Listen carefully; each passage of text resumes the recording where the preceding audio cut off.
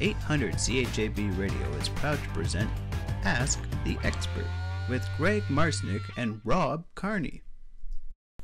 Greg, the focus today on Ask the Expert is ATVs, all-terrain vehicles. More and more people have them. More and more farmers and ranchers are making use of ATVs. And a lot of people aren't real clear on the laws and the insurance surrounding all-terrain vehicles. There are some strict rules that go along with owning and operating an ATV. That's right, Rob. And being summertime, this is the time of year when most people do buy them and they operate them. There's a range of ages. And unfortunately, there have been some deaths with ATVs and young kids that have been operating them. So first of all, the definition of an ATV is any vehicle that is designed for off-road use, such as mini bikes, dirt bikes, all-terrain vehicles, quads, and off-road utility vehicles. Now, as far as people who can drive these ATVs, you must be 16 years of age and hold a valid driver's license to operate an ATV in any public area. Youth between the ages of 12 and 15 can operate an ATV in public areas, and they may cross roads, but they cannot drive on roads. And that's if they passed an approved ATV training course, or if they're supervised by someone who holds a driver's license continuously for at least 1 year. Now, where can you drive your ATVs? You can drive ATVs on Crown land, including highways, rights-of-way, ditches, and you can drive an ATV on road or street in the following circumstances. If you're allowed by local bylaw, if you're authorized by the Highway Traffic Board, and also when crossing a road or bridge.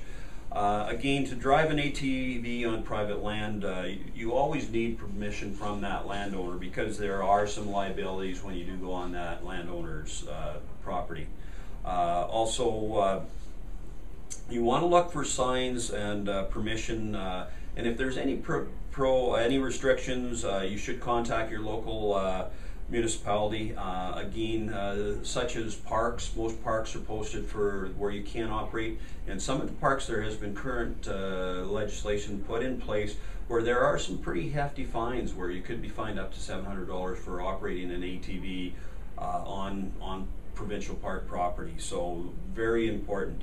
Now, safety tips as far as with the ATV, again, you should always wear a CSA approved motorcycle helmet. You should have protective eyewear, and they are legally required when you're out in public areas with your ATV or dirt bike, mini bike.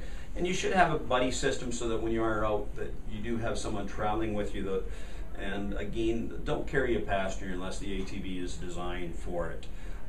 When operating ATVs in public areas, you should always keep right when approaching other vehicles, pass other vehicles on the left, signal turns when required, stop for the police, yield to vehicles on your right and pedestrians, and maintain a safe following distance, drive with due care and attention, drive with consideration of the other people, also travel in the same direction when driving at night, and also make sure that you are aware of the surroundings around you.